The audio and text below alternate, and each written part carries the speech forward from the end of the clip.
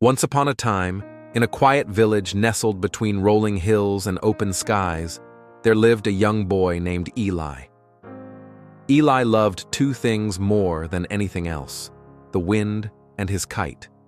His kite was no ordinary one.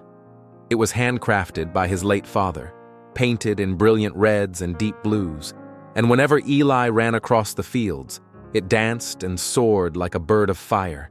He held the string tightly, proud and joyful, watching it climb the sky as if chasing the sun.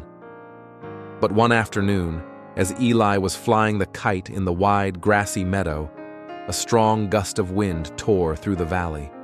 The string in his hand tensed, pulled, then, snap, the string broke. Eli watched in horror as the kite was lifted higher and higher, no longer tethered, no longer his. It glided through the air, weightless and wild, vanishing into the endless sky. He stood there, frozen. His hand still gripped the broken end of the string. And then, he cried. A gentle voice broke the silence. It was Mr. Alden, the village's old clockmaker. His silver hair shimmered in the sunlight, and his eyes carried the wisdom of time. He had been watching from a distance and slowly walked over, placing a warm hand on Eli's shoulder. "You loved that kite, didn't you?" he asked kindly. Eli nodded, wiping his eyes. "It was the last thing my dad made for me. I wanted to keep it forever." Mr. Alden looked toward the sky. The kite was still there, dancing freely, catching currents it had never reached before. "Eli," he said softly, "sometimes the things we love most are never really ours to keep. We hold on tightly because we're afraid of losing them. But what if letting go allows them to become something more?"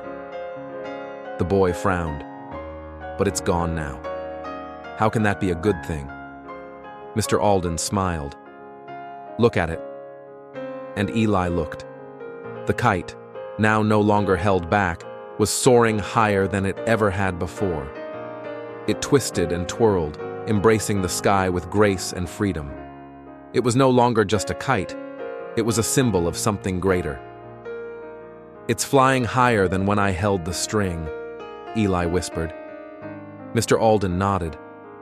"Sometimes, when we let go of pain, of fear, even of something we deeply love, we don't lose it. We set it free.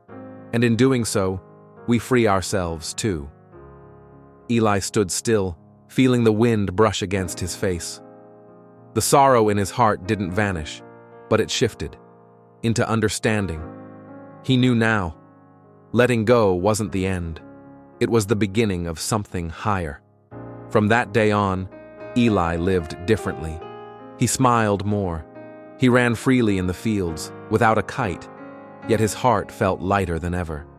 He began building new things, helping others, dreaming of flight not just with strings, but with spirit. And sometimes, when the sky was clear and the wind just right, he'd look up and wonder if his kite was still flying somewhere, free, unbound, and limitless. Sometimes we think holding on makes us strong, but true strength is knowing when to let go.